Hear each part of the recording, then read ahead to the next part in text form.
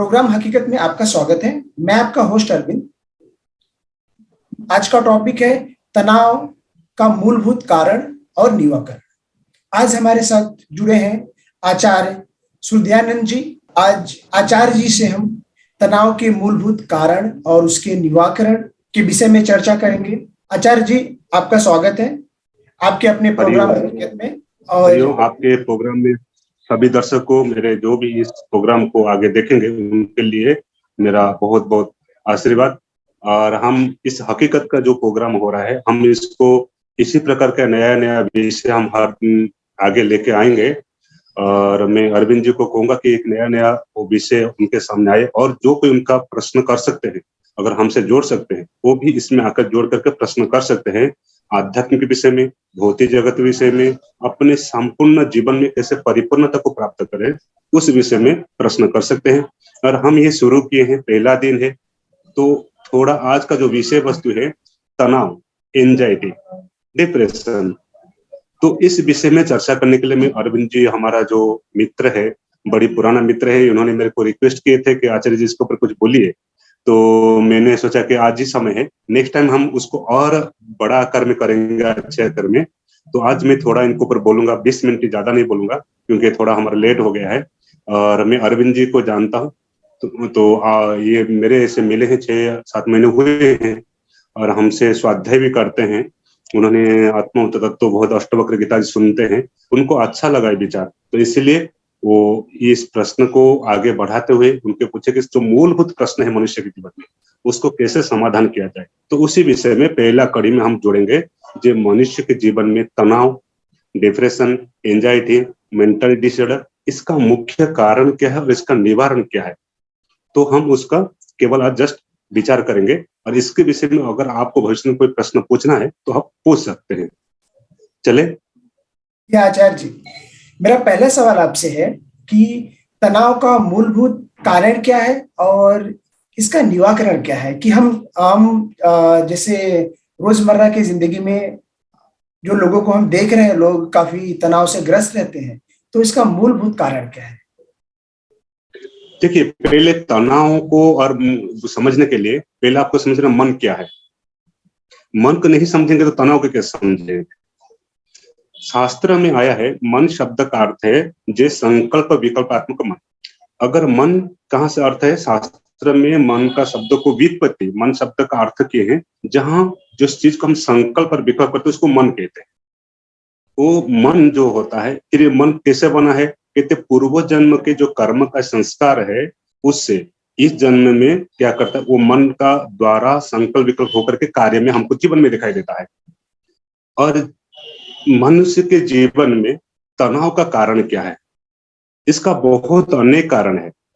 तो बड़े बड़े योगी लोगों ने, बड़े बड़े जैसे हम यहाँ पढ़ते हैं, स्वामी विवेकानंद जी का पढ़ते हैं, स्वामी रामकृष्ण परमहंस जी का पढ़ते हैं, डिवाइन लाइफ सोसाइटी वाला को ये शिवानंद जी का पढ़ते हैं, महर्षि अरविंद, उनके पुस्तक आप देखेंगे, ऑटोबायोग्राफी जो भी देखेंगे, उनके कहने का एक ही अर्थ है, जब जीवन में आप अपने जीवन में जो लक्ष्य नहीं प्राप्त कर सकते, अथवा मूलभूत का जो आपका इच्छा जो है, जब तक उस सत्य को नहीं जान सकते, अथवा उस परमात्मा को प्राप्त नहीं जान सकते, तब तक उसका आपको जीवन को परिपूर्ण प्राप्त नहीं होगा।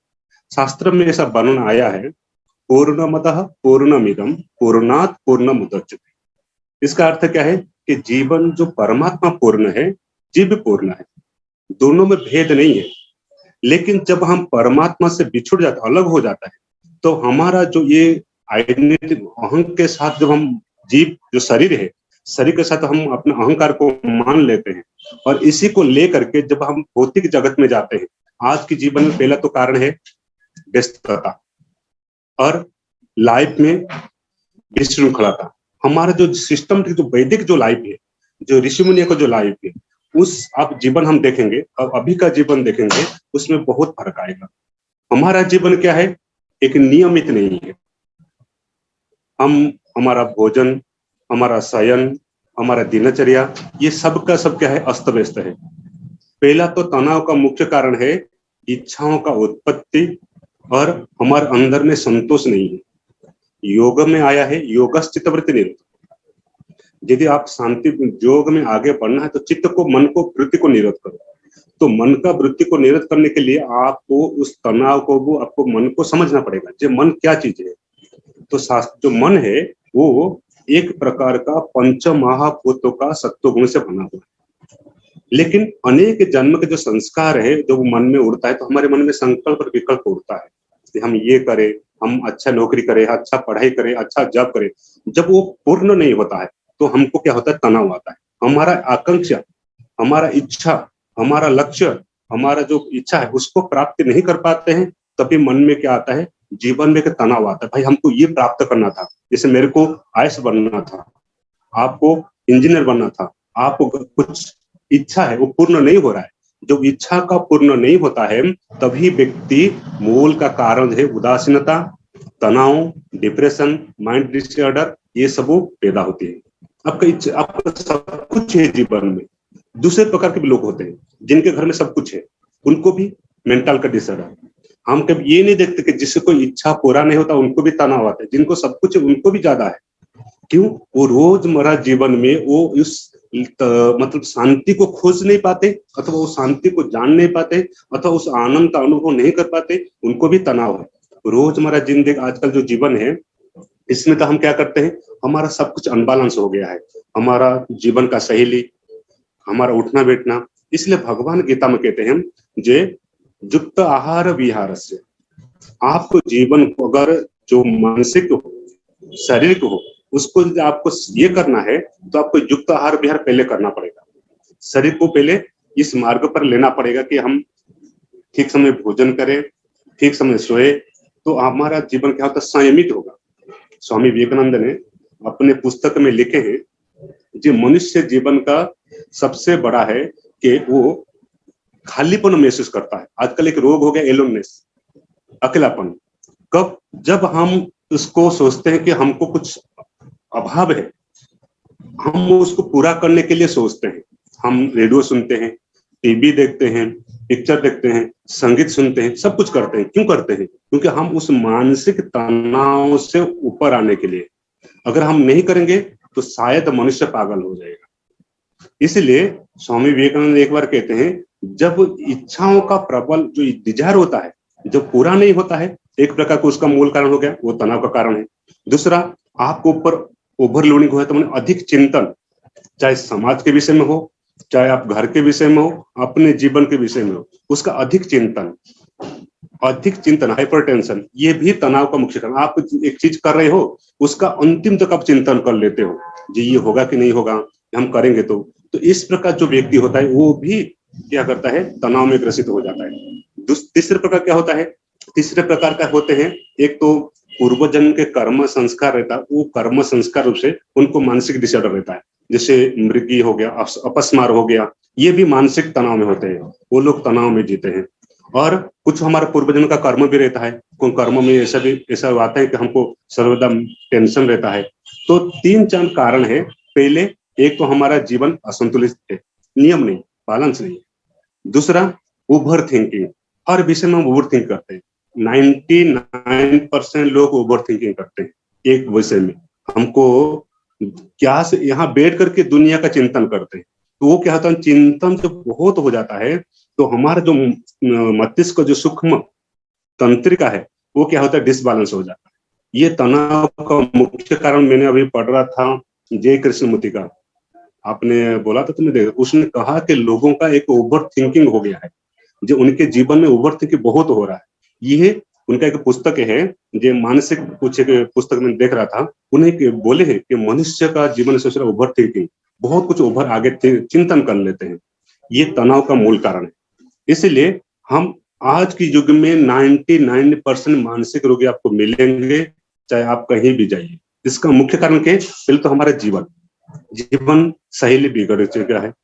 हम ऋषि मुनियों का, सनातन धर्म का बात करते हैं, हम ऋषि मुनियों का जीवन, लेकिन हम उसको एक्सेप्ट नहीं करते।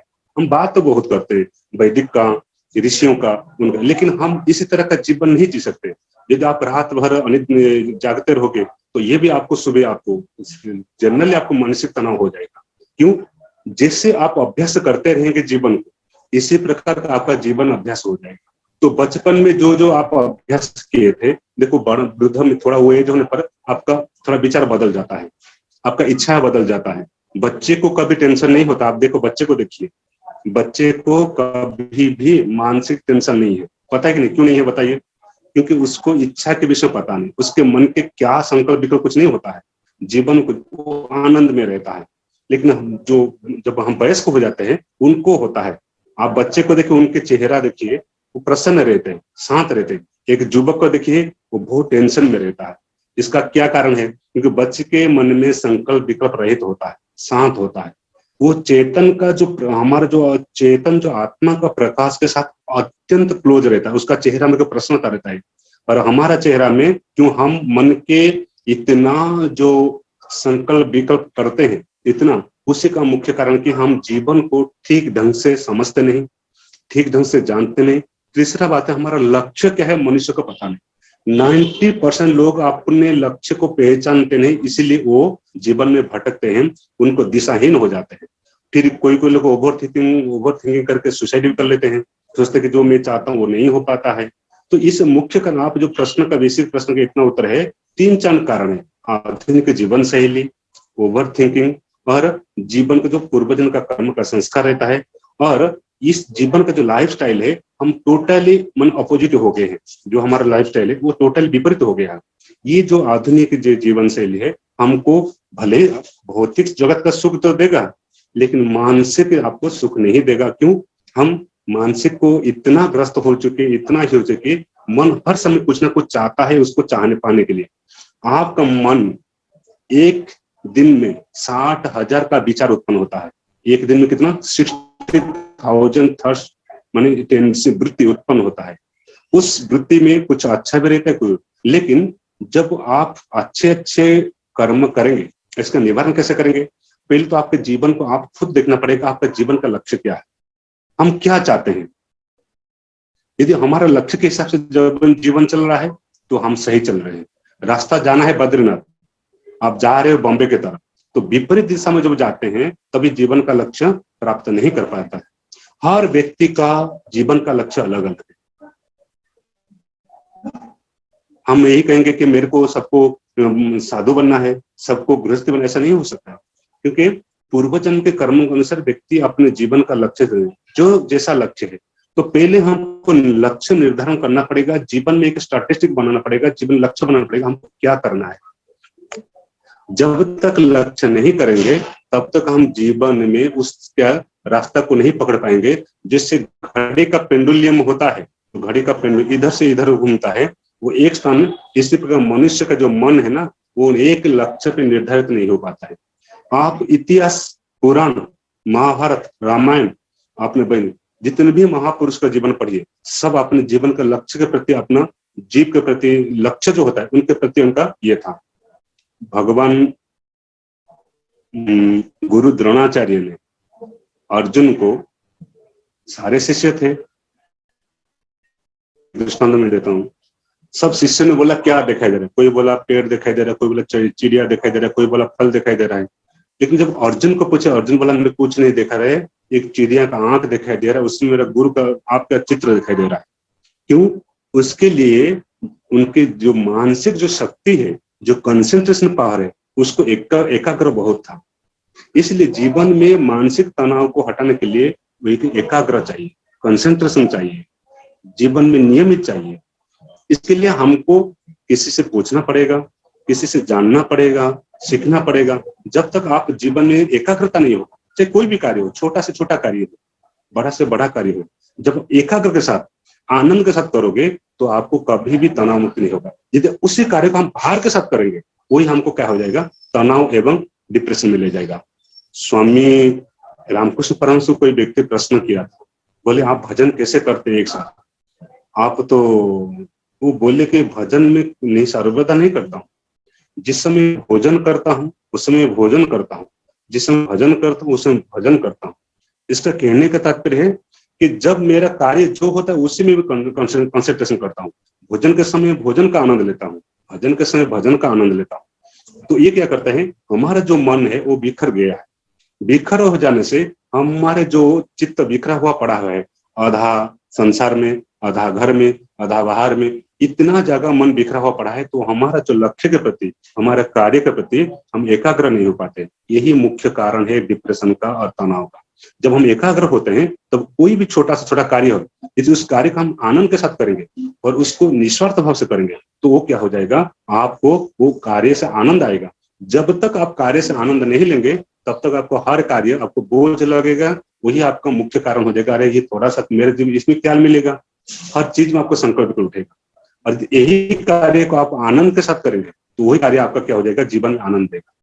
तो इसीलिए जो आप जो प्रश्न पूछे थे, जिसका निवारण क्या है, निवारण तो बहुत कुछ है। निवारण के विषय में मैं कहूंगा, इसके लिए योगा आदि भी कर सकते हैं, प्राणायाम, मेडिटेशन, गीता स्वाध्याय और मंत्र जप, हीलिंग आदि जो ये सब जितना हम करेंगे जीवन में, जितना इसको ये करेंगे, उतना हम मानसिक शक्ति का विकास होगा। सबसे पहले हम जीवन को देखें कि हम क्या, हमारा थोड़ा बदलाव होना चाहिए। जो हम सुबह उठ करके थोड़ा योगा करें, थोड़ा प्राणायाम करें, थोड़ा ध्यान करें, और फिर भगवान का जो मंत्र है वो जप करें, गीता का 1-2 श्लोक पढ़ें, तो वो जब आपका जीवन में आएगा, उस शक्ति वहां से मिलेगा। जब आप अपना अंदर का शक्ति का आप जानोगे, अंदर का शक्ति से जोड़ोगे। ये आचार्य जी ने काफी अच्छी तरह से इस टॉपिक के, इस विषय के ऊपर बताया कि तनाव के मूलभूत कारण क्या है और इसके निवारण क्या है। काफी इम्पोर्टेंट इंफॉर्मेशन, काफी वो ये समझ लो कि आचार्य जी ने, मुझे ऐसे लगा ये डिस्कशन से कि आचार्य जी ने गागर में सागर भरने का काम कर दिया। आपका बहुमूल्य समय देने के लिए धन्यवाद।